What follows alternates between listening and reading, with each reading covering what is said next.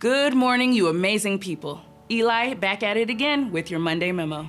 First off, a huge thank you to everyone that subscribed and liked the content. We appreciate and love your support. You're the best. PPAR has been staying up to date on NAR's proposed settlement. A proposal is what I'm proposing. Here are 3 things we wanted to share with you.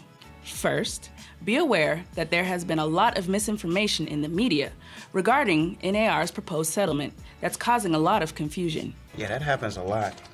If you have any questions regarding this matter, please visit facts.realtor. NAR is updating this page frequently, so keep checking to stay up to date. Second, NAR released a settlement agreement facts toolkit that includes social media assets to help you understand the complexities of the proposed settlement and help you explain it to your clients. I'll take that. And last but not least, NAR's president, Kevin Sears, and chief legal officer, Kate Johnson, recorded a settlement briefing video. There's another video?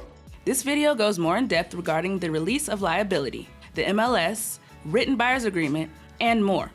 There will be links provided in the description for each of these topics, so go check it out. Now for some RSC news. Please tell me this is good news.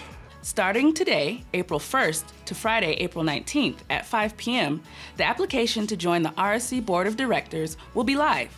So check the link in the description to apply, or copy the link to send it to someone you would love to see on the board.